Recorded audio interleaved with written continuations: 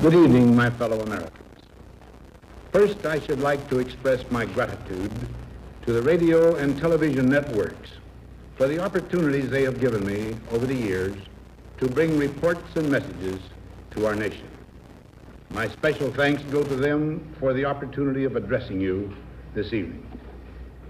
3 days from now, after half a century in the service of our country, I shall lay down the responsibilities of office as, in traditional and solemn ceremony, the authority of the presidency is vested in my successor.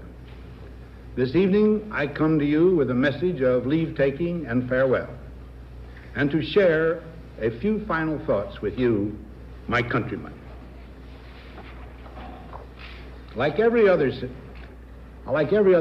I wish the new president and all who will labor with him Godspeed. I pray that the coming years will be blessed with peace and prosperity for all. Our people expect their president and the Congress to find essential agreement on issues of great moment, the wise resolution of which will better shape the future of the nation.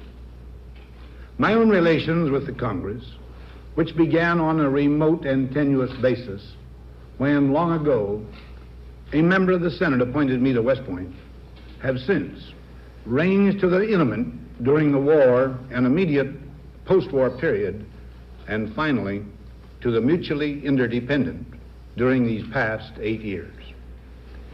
In this final relationship, the Congress and the administration have, on most vital issues, cooperated well to serve the nation good rather than mere partisanship, and so have assured that the business of the nation should go forward. So my official relationship with the Congress ends in a feeling, on my part, of gratitude that we have been able to do so much together. We now stand 10 years past the midpoint of a century that has witnessed 4 major wars among great nations. 3 of these involved our own country. Despite these holocausts, America is today the strongest, the most influential, and most productive nation in the world. Understandably proud of this preeminence, we yet realize that America's leadership and prestige depend not merely upon our unmatched material progress, riches, and military strength, but on how we use our power in the interest of world peace and human betterment. Throughout America's adventure in free government, our basic purposes have been to keep the peace, to foster progress in human achievement, and to enhance liberty, dignity, and integrity among peoples and among nations. To strive for less would be unworthy of a free and religious people. Any failure traceable to arrogance or our lack of comprehension or readiness to sacrifice would inflict upon us grievous hurt, both at home and abroad. Progress toward these noble goals is persistently threatened by the conflict now engulfing the world. It commands our whole attention, absorbs our very beings. We face a hostile ideology, global in scope, atheistic in character, ruthless in purpose, and insidious in method. Unhappily, the danger it poses promises to be of indefinite duration. To meet it successfully, there is call for not so much the emotional and transitory sacrifices of crisis, but rather those which enable us to carry forward steadily, surely, and without complaint, the burdens of a prolonged and complex struggle with liberty, the stake. Only thus shall we remain, despite every provocation, on our charted course toward permanent peace and human betterment. Crises there will continue to be. In meeting them, whether foreign or domestic, great or small, there is a recurring temptation to feel that some spectacular and costly action could become the miraculous solution to all current difficulties. A huge increase in newer elements of our defenses, development of unrealistic programs to cure every ill in agriculture, a dramatic expansion in basic and applied research. These and many other possibilities, each possibly promising in itself, may be suggested as the only way to the road we wish to travel. But each proposal must be weighed in the light of a broader consideration, the need to maintain balance in and among national programs. Balance between the private and the public economy. Balance between the cost and hoped for advantages. Balance between the clearly necessary and the comfortably desirable. Balance between our essential requirements as a nation and the duties imposed by the nation upon the individual. Balance between actions of the moment and the national welfare of the future. Good judgment seeks balance in progress. Lack of it eventually finds imbalance and frustration. The record of many decades stands as proof that our people and their government have, in the main, understood these truths and have responded to them well in the face of threat and stress. But threats, new in kind or degree, constantly arise. Of these I mention two only. A vital element in keeping the peace is our military establishment. Our arms must be mighty, ready for instant action, so that no potential aggressor may be tempted to risk his own destruction. Our military organization today bears little relation to that known of any of my predecessors in peacetime, or indeed by the fighting men of World War II or Korea. Until the latest of our world conflicts, the United States had no armaments industry. American makers of plowshares could, with time and as required, make swords as well. But we can no longer risk emergency improvisation of national defense. We have been compelled to create a permanent armaments industry of vast proportions. Added to this, 3.5 million men and women are directly engaged in the defense establishment. We annually spend on military security alone more than the net income of all United States corporations. Now, this conjunction of an immense military establishment and a large arms industry is new in the American experience. The total influence, economic, political, even spiritual, is felt in every city, every state house, every office of the federal government. We recognize the imperative need for this development, yet we must not fail to comprehend its grave implications. Our toil, resources, and livelihood are all involved. So is the very structure of our society. In the councils of government, we must guard against the acquisition of unwarranted influence, whether sought or unsought, by the military-industrial complex. The potential for the disastrous rise of misplaced power exists and will persist. We must never let the weight of this combination endanger our liberties or democratic processes. We should take nothing for granted. Only an alert and knowledgeable citizenry can compel the proper meshing of the huge industrial and military machinery of defense with our peaceful methods and goals, so that security and liberty may prosper together. Akin to and largely responsible for the sweeping changes in our industrial military posture has been the technological revolution during recent decades.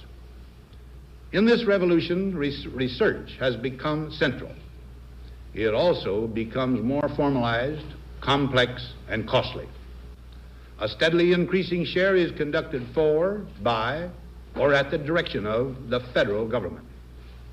Today, the solitary inventor, tinkering in his shop, has been overshadowed by task forces of scientists in laboratories and testing fields.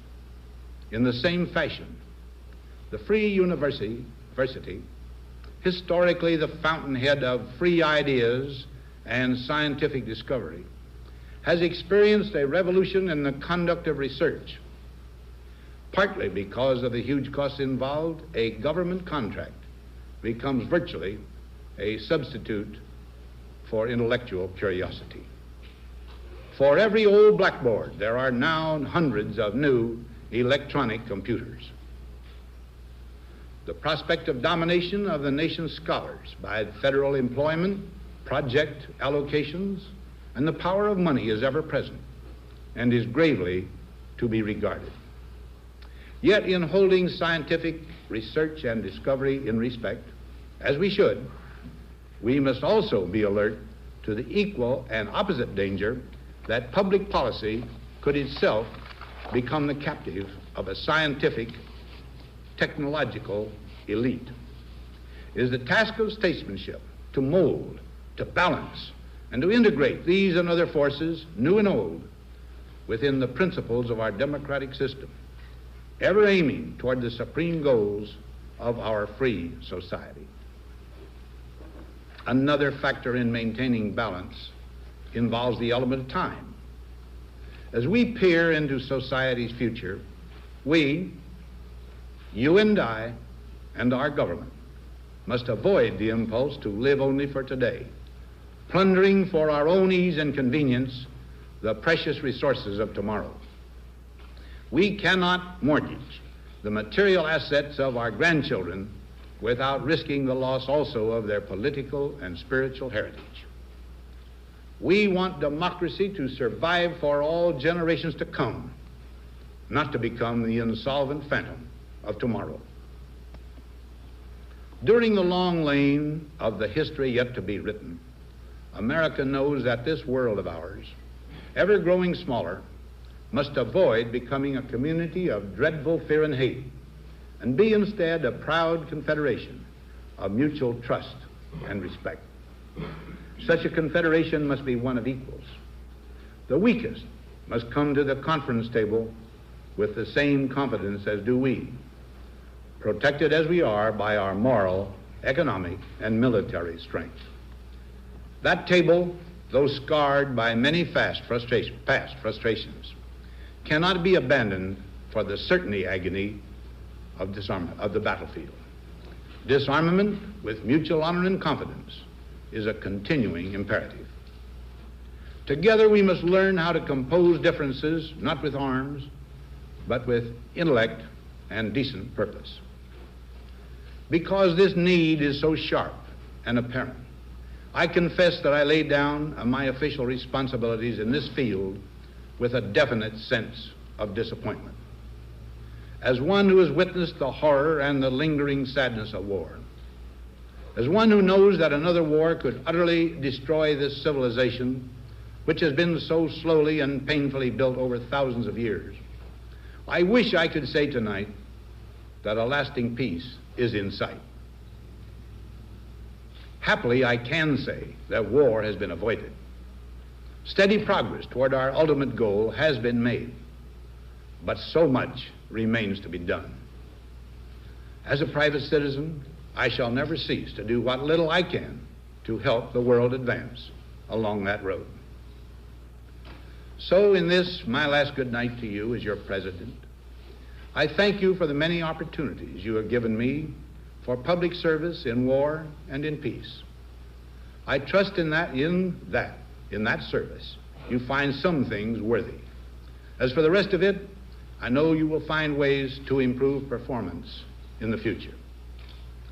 You and I, my fellow citizens, need to be strong in our faith that all nations under God will reach the goal of peace with justice. May we be ever unswerving in devotion to principle, confident but humble with power, diligent in pursuit of the nation's great goals. To all the peoples of the world, I once more give expression to America's prayerful and continuing aspiration. We pray that peoples of all faiths, all races, all nations may have their great human needs satisfied, that those now denied opportunity shall come to enjoy it to the full, that all who yearn for freedom may experience its spiritual blessings. those who have freedom will understand also its heavy responsibility. That all who are insensitive to the needs of others will learn charity, and that the scourges of poverty, disease, and ignorance will be made disappear from the earth.